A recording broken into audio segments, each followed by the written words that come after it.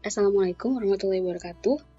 Di video kali ini kita akan belajar mengenai konsep pembelajaran, dan juga pengajaran. Jadi learning, instruction, dan teaching.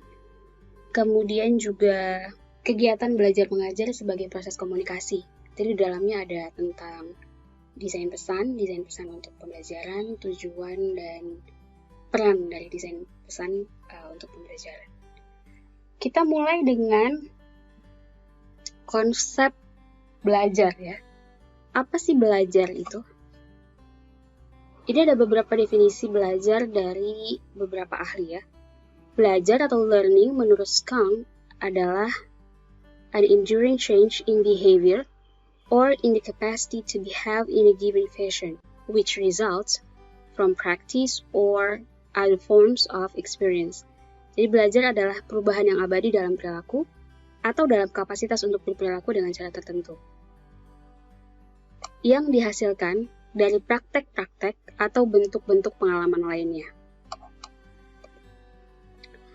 Nah, Driscoll memberikan definisi yang kurang lebih sama, bahwa belajar itu adalah perubahan yang bertahan dalam kinerja manusia atau potensi kinerja sebagai hasil dari pengalaman dan interaksi peserta didik dengan dunia.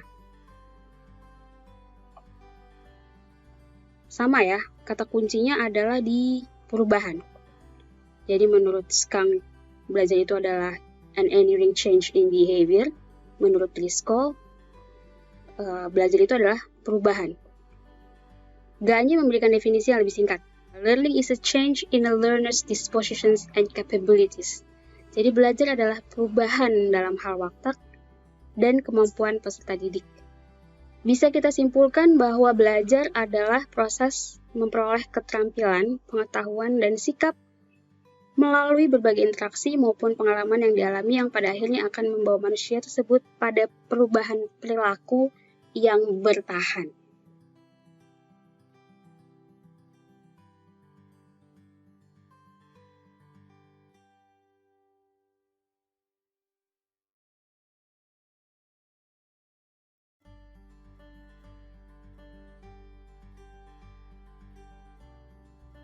Selanjutnya adalah pembelajaran ya.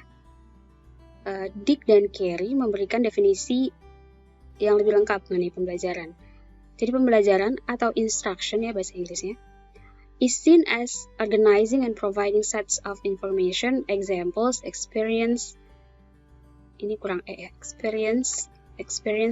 and activities that guide, support, and augment students' internal mental process.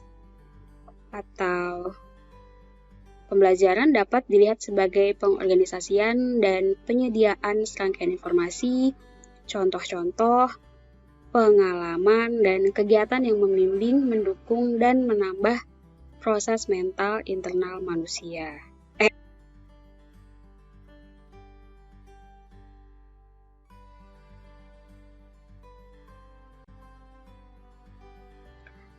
Terdapat dua elemen yang membangun pembelajaran. Jadi pembelajaran itu dibangun oleh dua elemen. Yang pertama adalah metode pembelajaran. Kemudian yang kedua adalah situasi. Metode pembelajaran berkaitan dengan apapun yang dilakukan dengan tujuan untuk memfasilitasi belajar. Jadi apapun untuk memfasilitasi belajar ya. Apapun. Terminologi lain yang sering digunakan antara lain strategi, teknik, taktik, dan pendekatan.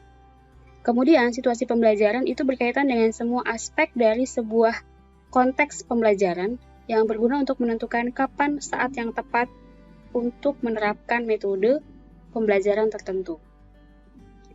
Jadi dia berkaitan dengan semua aspek ya dari sebuah konteks pembelajaran. Satu terminologi yang erat kaitannya dengan pembelajaran, yakni pengajaran atau teaching ya. Nah, pengajaran atau teaching itu adalah hubungan yang didirikan di antara 3 titik fokus, yaitu guru, teacher, siswanya, kemudian materinya. Jadi dalam pengajaran itu ada gurunya, ada siswanya, kemudian ada materi yang disampaikan oleh guru kepada siswa dengan menggunakan media gitu. Guru atau teacher. Makanya disebutnya teaching, karena ada teachernya jadinya teaching atau pengajaran gitu ya. Itu yang membedakan antara belajar, ini tuh bahasa Inggrisnya kan learning. Pembelajaran, ini tuh instruction ya. Instruction. Kemudian pengajaran atau teaching ya. Nah, proses belajar mengajar itu pada hakikatnya adalah proses komunikasi, yaitu proses penyampaian pesan. Ya, pesannya itu adalah materinya kan. Guru menyampaikan pesan ya kepada siswa. Nah, pesannya ini adalah materi itu tadi ya. Sumber pesannya adalah guru, penerima pesannya adalah siswa. Dengan menggunakan saluran atau media ya.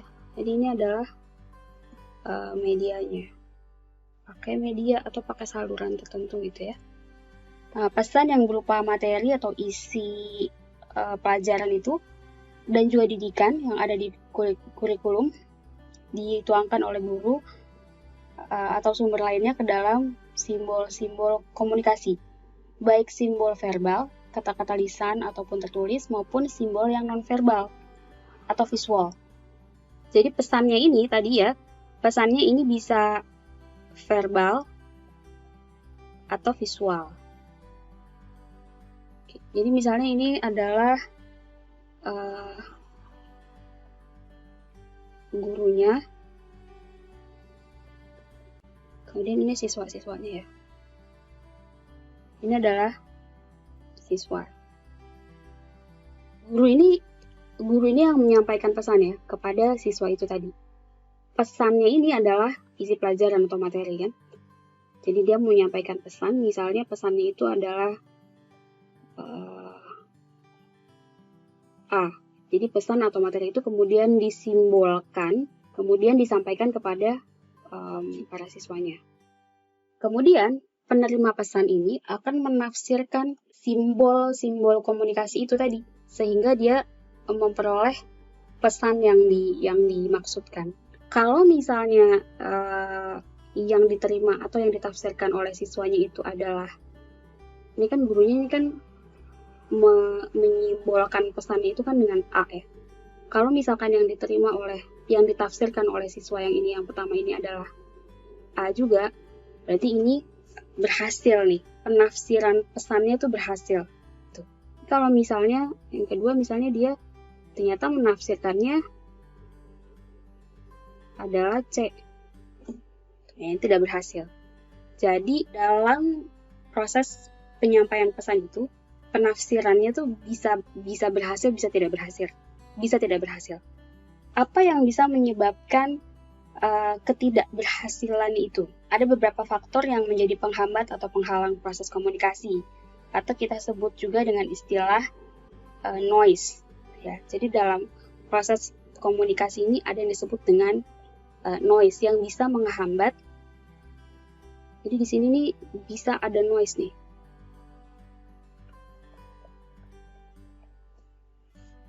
Yang bisa menghambat proses komunikasi. Apa saja hambatannya atau noise-nya itu apa aja? Bisa hambatan psikologis ya, misalnya minatnya, dia nggak minat sama pelajaran itu, makanya dia ogah-ogahan sehingga dia menafsirkannya setengah-setengah gitu misalnya. Bisa juga kan? Pendapat, bisa juga intelijensi, itu juga berpengaruh. Bisa juga hambatan fisik, jadi kelelahan fisik misalnya, itu juga bisa berpengaruh pada proses komunikasi. Ya kalau kita capek banget, kita mungkin hanya akan mendengarkan setengah dari apa yang orang bicarakan. Jadi itu juga salah satu penghambat atau salah satu noise dalam proses komunikasi ya. Ada juga hambatan kultural, seperti perbedaan adat istiadat, norma sosial, kepercayaan, nilai panutan, dan lain-lain ya. Proses belajar mengajar di tempat yang tenang, sejuk, dan nyaman tentu akan berbeda dengan proses yang dilakukan di kelas yang bising, panas, dan berjubel. Jadi kondisi lingkungan itu juga bisa menjadi hambatan. Karena adanya berbagai jenis hambatan itu, baik dari sisi guru maupun dari sisi siswanya, sehingga diperlukan media yang didesain sedemikian sehingga dia efektif dalam mengantarkan pesan itu. Sehingga penafsiran siswanya tidak salah. Medianya bisa berupa buku ya. Jadi ini pakai media gitu ya untuk menyampaikan pesan tadi gitu ya. Medianya bisa berupa buku, poster, foto, video, audio bisa juga ya. Dengan kata lain kita perlu melakukan desain pesan. Desain pesan itu adalah perencanaan untuk merekayasa bentuk fisik dari pesan. Terdapat beberapa konsep yang muncul ketika kita bicara mengenai desain pesan ya. Yang pertama adalah pesan itu sendiri. Pesan itu dapat diartikan sebagai pola dari tanda atau simbol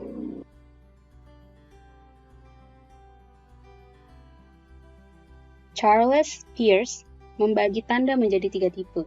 Jadi tanda itu ada 3 tipenya. Pertama adalah icon, menunjukkan tanda yang memiliki kemiripan dengan objek. Icon biasanya sangat jelas dalam tanda-tanda visual. Foto diri kita itu adalah sebuah icon. Foto hewan, foto benda, ya itu adalah icon. Tanda di kamar mandi itu perempuan laki-laki itu adalah icon. Indeks. Yang kedua. Indeks itu adalah tanda yang memiliki hubungan eksistensial dengan objek yang ditandai. Dan hubungan tersebut biasanya bersifat langsung ya. Misalnya, asap itu adalah indeks dari api. Jadi dia memiliki hubungan eksistensial. Kemudian yang ketiga adalah simbol. Nah, kalau simbol itu adalah tanda yang dia tuh sifatnya tuh berdasarkan konvensi atau kesepakatan ya. Misalnya ada kata-kata. Kata-kata dalam bahasa itu umumnya adalah simbol ya. Seperti warna bendera merah putih. Nah, ini adalah simbol bendera kenegaraan kita. Jadi dia kata-kata dalam bahasa tuh simbol sih. Selanjutnya informasi. Informasi adalah sekumpulan data atau fakta yang diorganisasi sedemikian rupa, sehingga punya arti bagi si penerima informasi. Data yang telah diolah menjadi sesuatu yang berguna bagi si penerima, misalnya dapat memberikan keterangan atau pengetahuan, yaitu adalah informasi. Kemudian media. Media ini adalah pembawa pesan. Dari sumber pengirim ke penerima pesan.